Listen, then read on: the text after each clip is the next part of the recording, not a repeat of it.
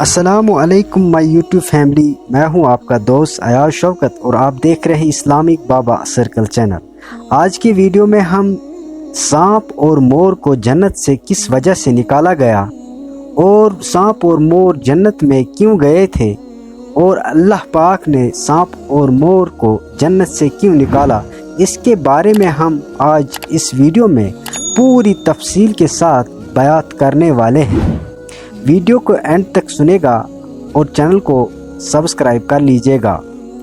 سانپ اور مور کو جنت سے نکال جانے کا قصہ اسلامی روایت میں ایک اہم مقام رکھتا ہے۔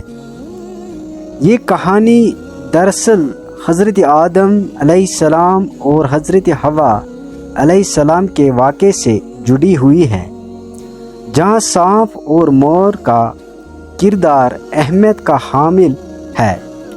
کہا جاتا ہے کہ جب شیطان کو جنت سے نکال دیا گیا تھا اور وہ حضرت آدم علیہ السلام اور حضرت حوا علیہ السلام کو جنت میں بہکانے کے لیے جنت میں دوبارہ داخل ہونے کی کوشش میں تھا، لیکن چونکہ اسے جنت میں داخل ہونے کی اجازت نہیں تھی، اس نے ایک چال چلی۔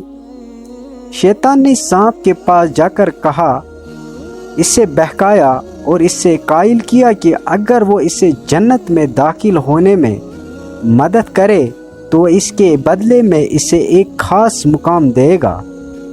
سانپ جو اس وقت ایک خوبصورت معزز مخلوق تھا، شیطان کی باتوں میں آ گیا اور اس نے شیطان کو اپنے جسم کے اندر چھپایا تاکہ وہ جنت میں داخل ہو سکے۔ جب سانپ جنت میں داخل ہوا تو اس نے شیطان کو جنت کے اندر داخل ہونے کا موقع فراہم کیا۔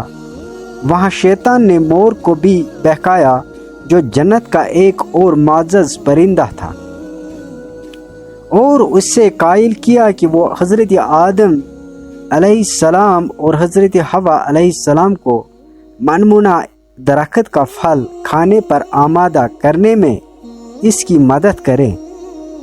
مور بھی شیطان کی باتوں میں آ گیا اور اس نے حضرت حوا علیہ السلام کو اس بات پر آمادہ کیا کہ اس درخت کا پھل کھائیں جس سے اللہ نے منع کیا تھا۔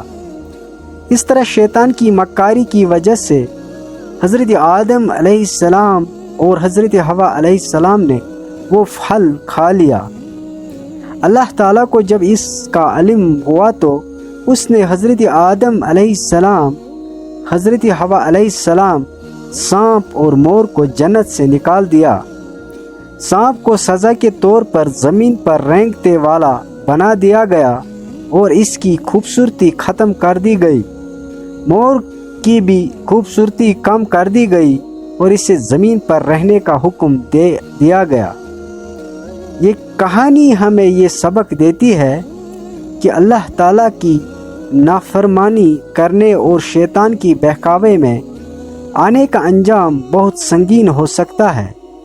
اس سے یہ بھی پتہ چلتا ہے کہ جنت کی نعمتیں صرف ان لوگوں کے لیے ہیں جو اللہ کے احکامات کی پیروی کرتے ہیں